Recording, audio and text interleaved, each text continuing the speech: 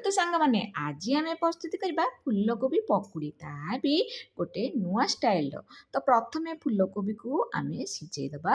ସେଥିପାଇଁ କରେଇରେ ପାଣି ଲୁଣ ହଳଦୀ ଦେଇକି ମୁଁ ବସେଇ ଦେଇଛି। ପାଣିଟା ଟିକେ ଗରମ ହେଲା ପରେ ଆମେ ଏଥିରେ ଫୁଲକୋବିକୁ ଦେଇଦେବା। ଫୁଲକୋବିକୁ ଟିକେ ବଡ଼ ସାଇଜରେ ଆପଣ କାଟିକି ଦେବେ। ତାପରେ ଫୁଲକୋବିକୁ ବଏଲ୍ ହେଇସାରିଲା ପରେ ତାକୁ ବାହାର କରିଦେବା ପାଣିରୁ ଛାଣିକି। ତାପରେ ଗୋଟେ ବାଉଲରେ ଚାଉଳ ଗୁଣ୍ଡ ବେସନ ଜୁଆଣି ଜିରା ଆଉ ରାଶି ଦେଇଦେବା, ହଳଦୀ ଗୁଣ୍ଡ ଦେଇଦେବା, ଲଙ୍କା ଗୁଣ୍ଡ ଦେଇଦେବା, ତାପରେ କାଶ୍ମୀର ରେଡ୍ ଚିଲି ପାଉଡ଼ର ଦେଇଦେବା, ହେଙ୍ଗୁ ଲୁଣ ଦେଇଦେବା ଟେଷ୍ଟ ହିସାବରେ, ତାପରେ ଅଦା ରସୁଣ ପେଷ୍ଟ ଦେଇଦେବା। ଦେଇକି ଏଥିରେ ପାଣି ଏଡ୍ କରିଦେବା ଆଉ ଏହାର ଗୋଟେ ସ୍ମୁଥ୍ ବେଟର ପ୍ରସ୍ତୁତି କରିଦେବା। ତାପରେ ଆମେ ସିଝା ହୋଇଥିବା ଫୁଲକୋବିକୁ ଦେଇ ତେଲରେ ଛାଣିବା। ତ ତେଲରେ ଛାଣି ସାରିଲା ପରେ ତାକୁ ଏପଟ ସେପଟ କରିକି ଆଉ ଥରେ ଓଲଟେଇବା। ତାପରେ ଆମର ପ୍ରସ୍ତୁତି ହେଇଯିବ ଫୁଲକୋବି ପକୁଡ଼ି। ତ ଯଦି ଭିଡ଼ିଓଟି ଆପଣମାନଙ୍କୁ ଭଲ ଲାଗୁଛି ନିହାତି ଲାଇକ୍ ସେୟାର ସବସ୍କ୍ରାଇବ୍ କରିଦେବେ। ଇନଷ୍ଟାଗ୍ରାମ ଫେସବୁକ୍ ଦେଖୁଛନ୍ତି ଫଲୋ କରିବେ।